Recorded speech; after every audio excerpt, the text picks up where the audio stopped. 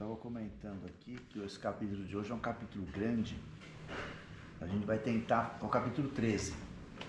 A gente vai tentar pensar algumas partes dele para poder dar uma destacada.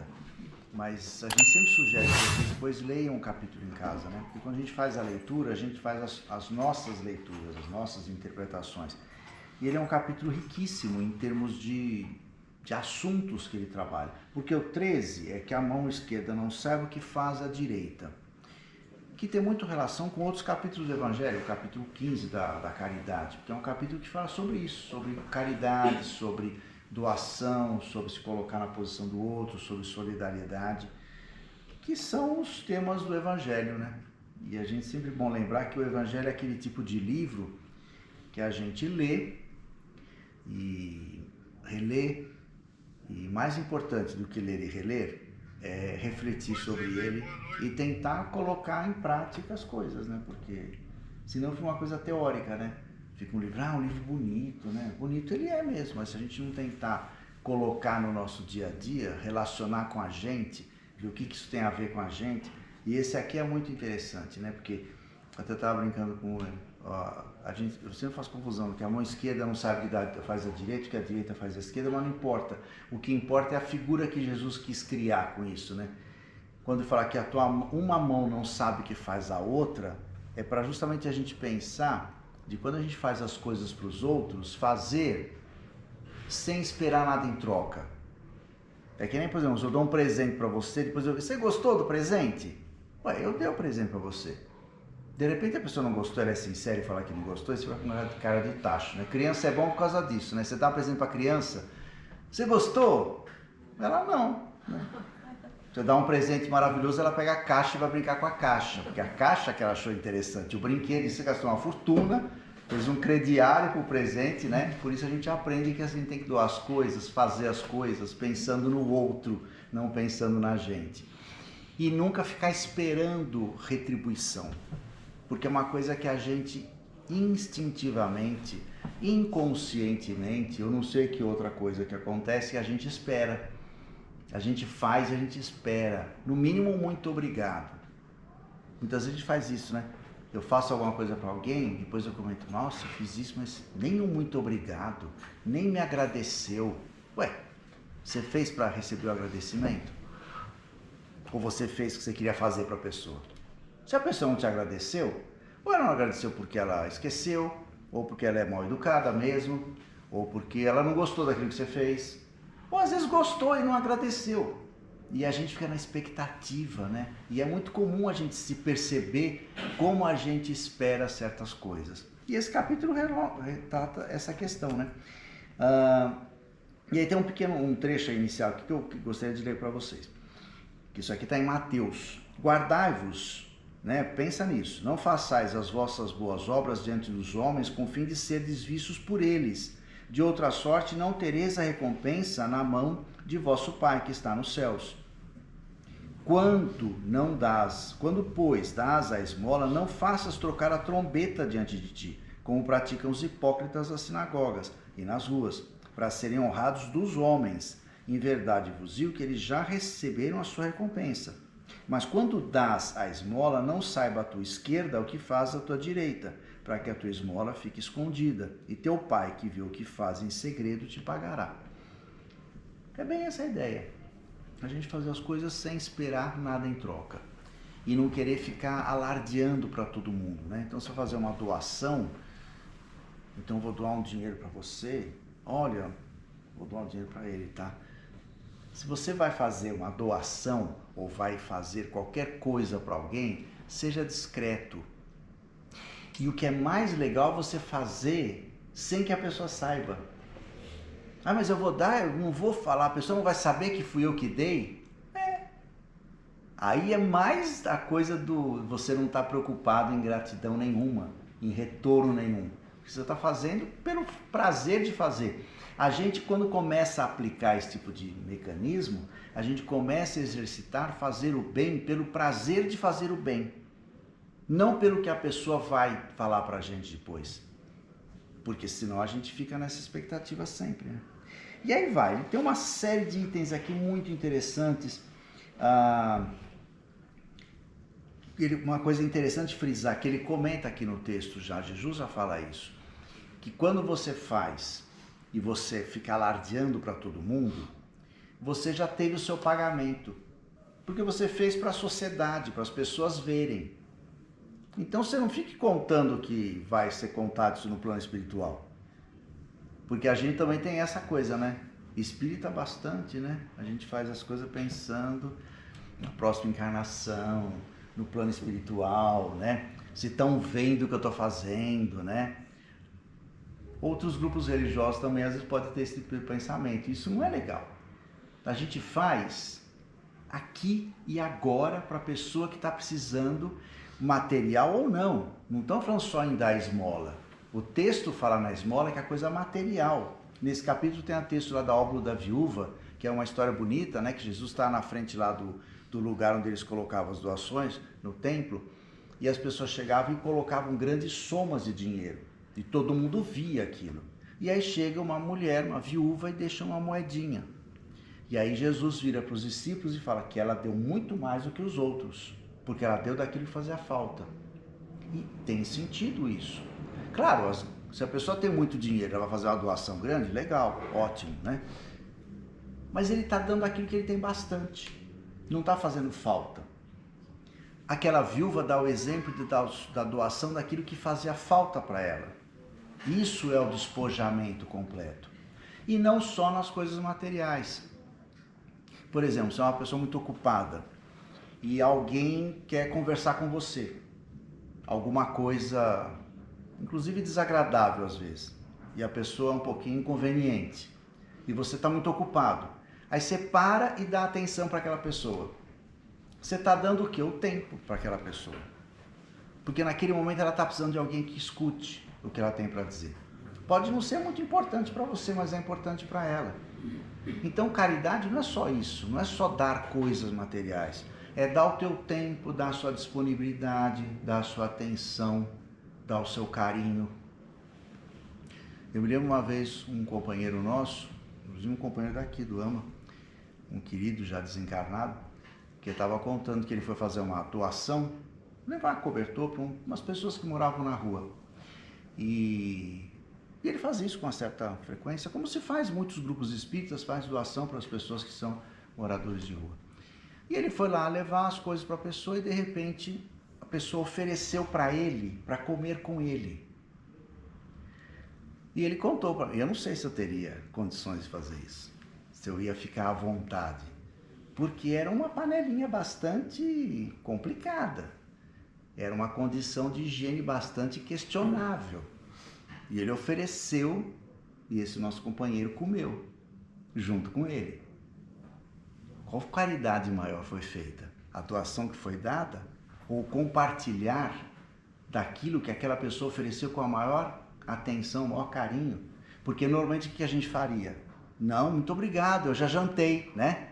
Dava uma desculpa qualquer. Porque a gente já tem um pouco de aversão por aquela situação, né? Não era um prato, uma louça bonitinha, lavadinha, limpinha. Vocês imaginaram a situação? E você comer junto com a pessoa? Qual que é o maior efeito? Qual que é a coisa mais significativa para aquela pessoa?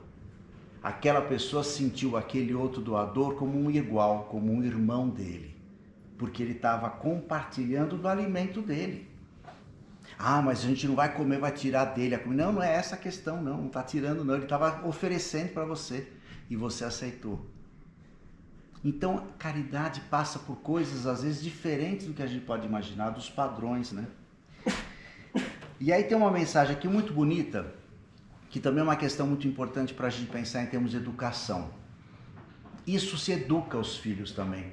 Fazer caridade, ajudar o próximo é uma coisa que você educa.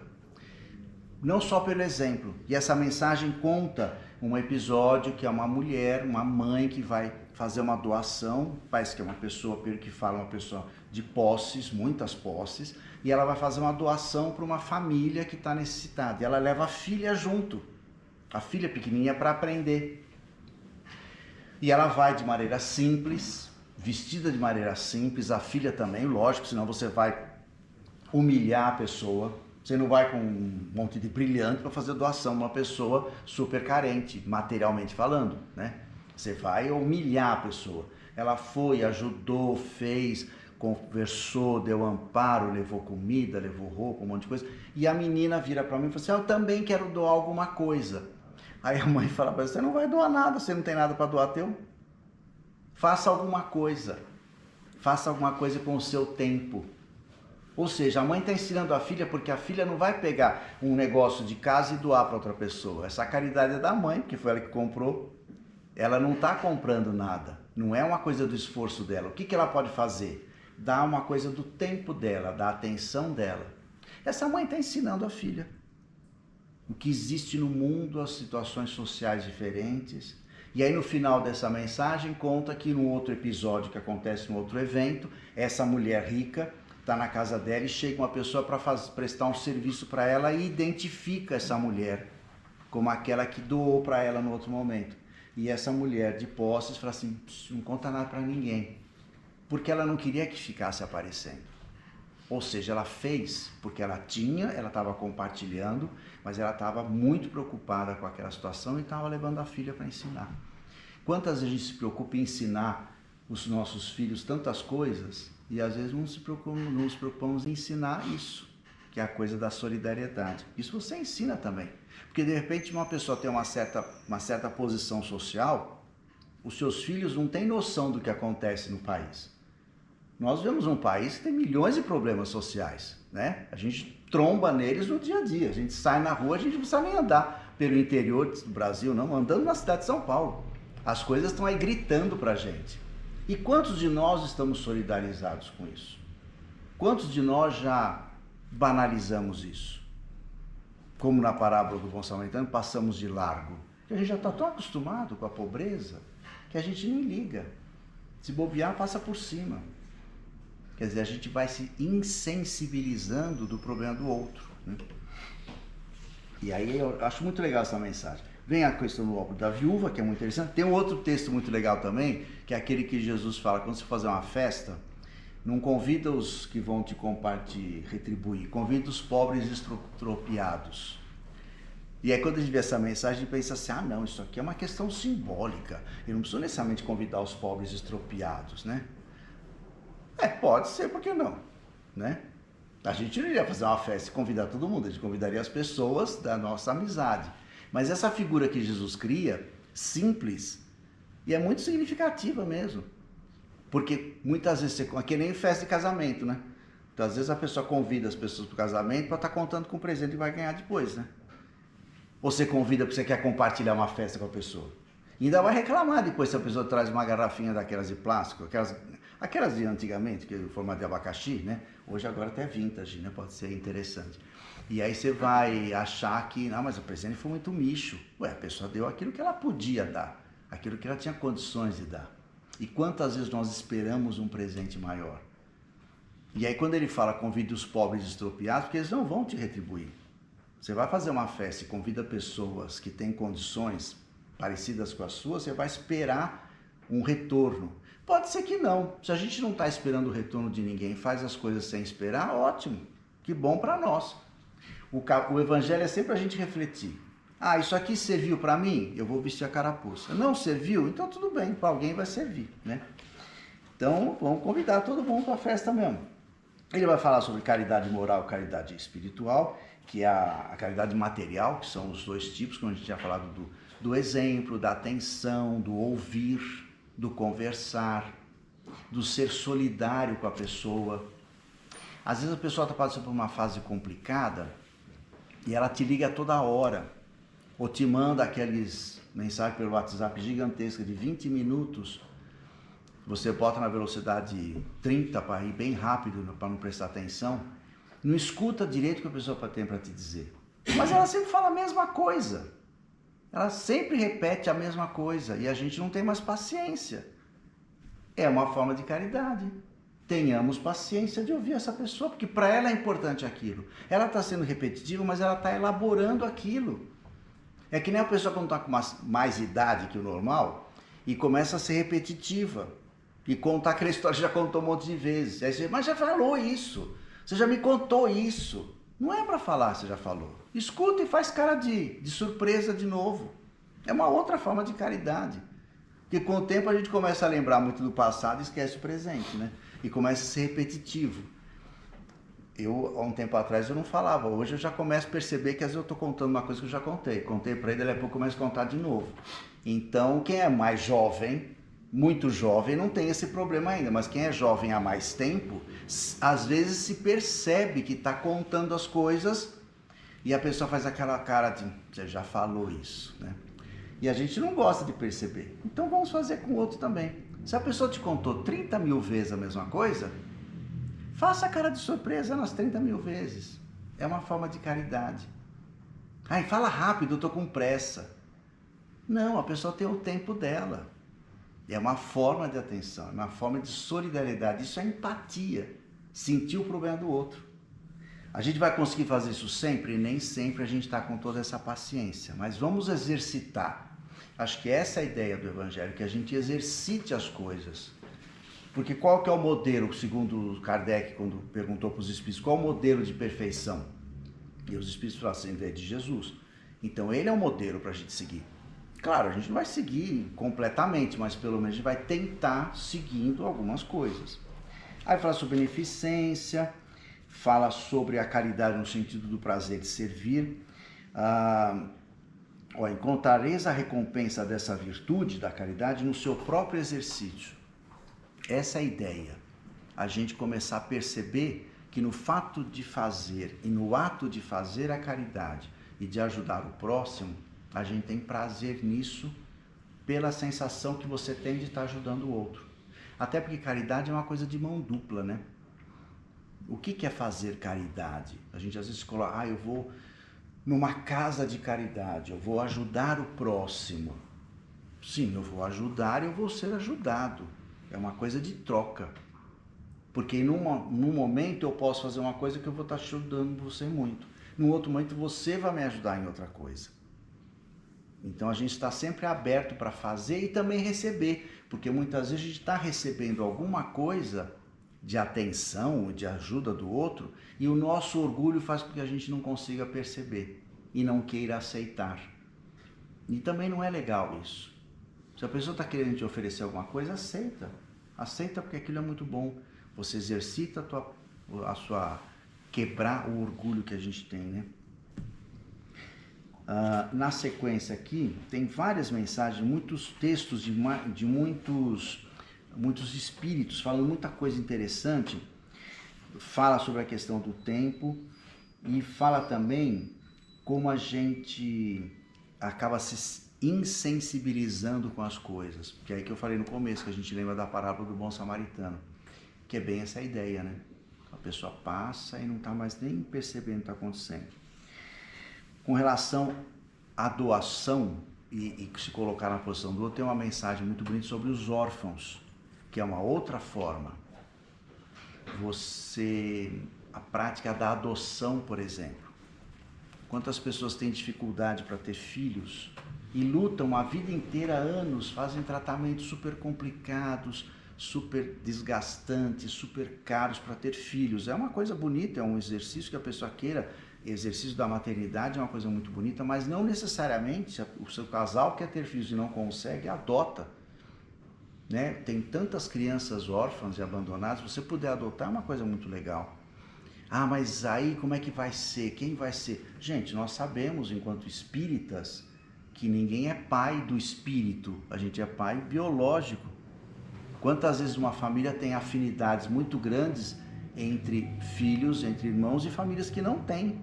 E às vezes tem uma afinidade muito grande com amigos, com estranhos, entre aspas. Então as afinidades não são só por causa das questões de laços consanguíneos. Né? Você pode estar adotando um filho, esse filho ser tão querido, ter tanta afinidade com ele, quanto com outros filhos biológicos. Se você não conseguiu de uma forma, tem uma outra forma. E para completar, tem uma mensagem aqui de São Luís, que ele fala sobre você fazer a caridade e a beneficência entre os seus próximos, entre os seus amigos, do seu clube, do seu partido, da sua associação, do seu grupo religioso.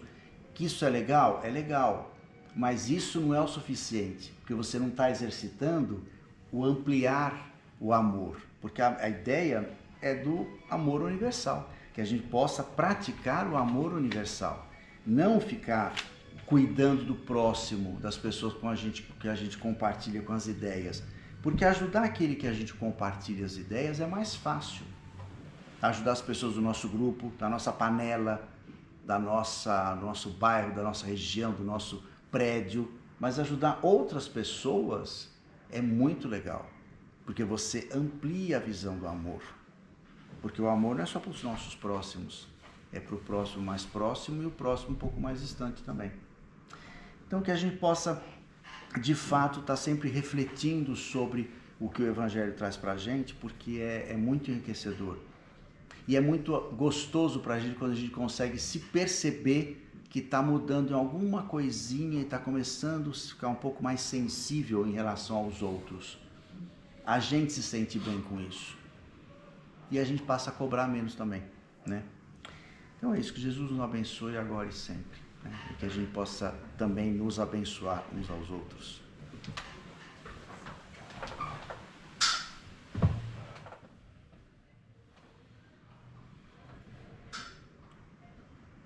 Boa noite, que alegria podemos estar mais uma noite nesta casa tão abençoada que nos acolhe mais uma vez para aprendermos juntos as lições do Evangelho, que nos traz melhorias íntimas, que refaz o nosso pensamento, nos traz alegria, porque estamos reunidos aqui,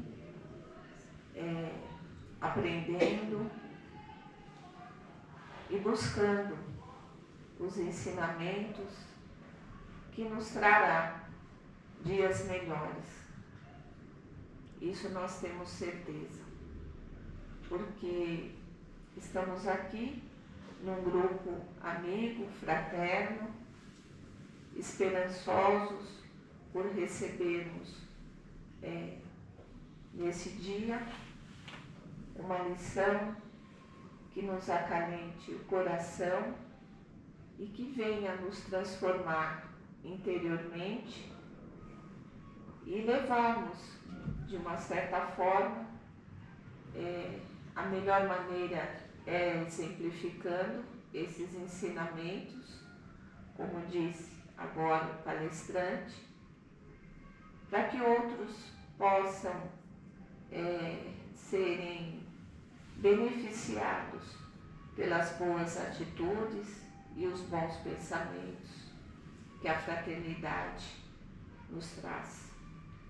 É a alegria de servir, com pouco ou com muito, que o nosso coração se abra à alegria de servir, seja o pobre ou seja o rico, seja o mendigo da rua, ou seja o mendigo da própria casa ou do próprio círculo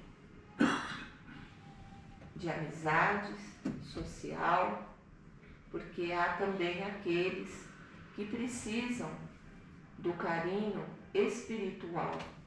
Esse carinho espiritual, nós temos que estar preparados para essa doação. E só podemos doar aquilo que nós temos no coração, aquilo que de melhor temos no sentimento. E é dessa forma que ele chega até o próximo necessitado.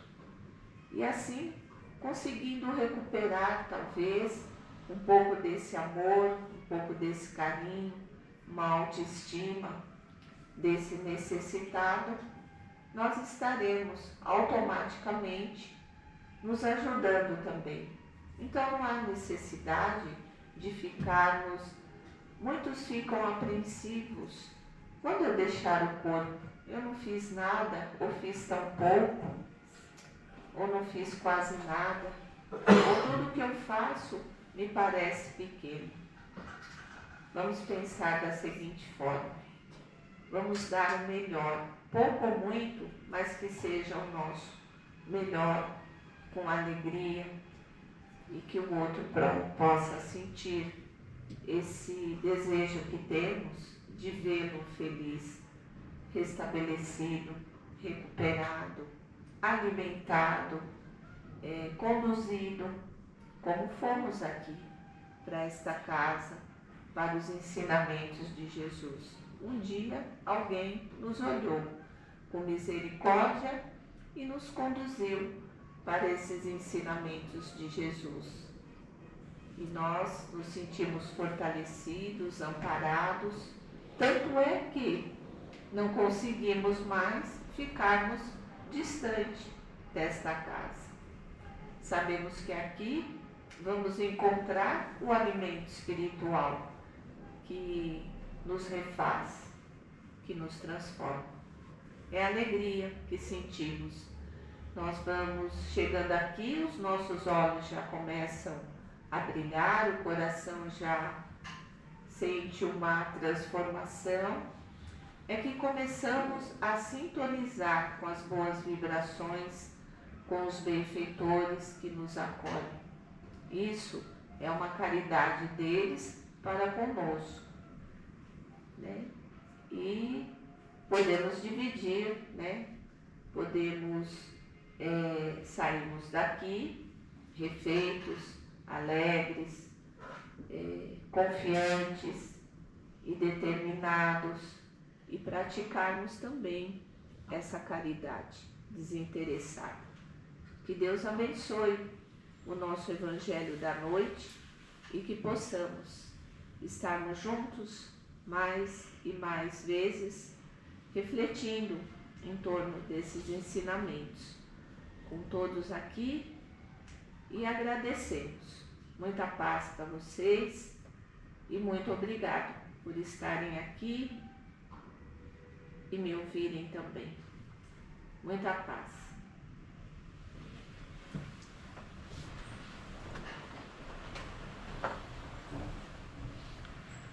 Agradecemos muito a presença do nosso companheiro espiritual pelas suas palavras que nos estimulam a compartilhar tudo com o nosso próximo. E nesse momento vamos estreitando mais ainda os nossos laços, os nossos sentimentos e pensamentos, com a espiritualidade presente, com os mentores amigos, para que possamos receber tudo aquilo que for importante para o nosso equilíbrio físico e espiritual. Que essa assistência espiritual se faça sentir para cada um, de acordo com as nossas necessidades, e que possamos compartilhar com os outros isso também. E vamos, para facilitar essa nossa ligação, essa nossa comunhão, fazer mentalmente aquela prece que Jesus nos ensinou, refletindo sobre cada uma das suas proposições. Pai nosso que estais no céu, santificado seja o vosso nome. Venha a nós o vosso reino, e seja feita a vossa vontade, assim na terra como no céu. O pão nosso de cada dia dai-nos hoje. Perdoai as nossas dívidas, assim como nós perdoamos os nossos devedores. E não nos deixeis cair em tentação, mas livrai-nos do mal. E que assim seja. Na tua paz, nos encontramos aqui hoje, iniciamos esse trabalho, e nessa mesma paz, Senhor da vida, pedimos que nos despeça e que seja feita sempre a sua vontade, que possamos colaborar para que a sua vontade seja feita sempre. Que assim seja.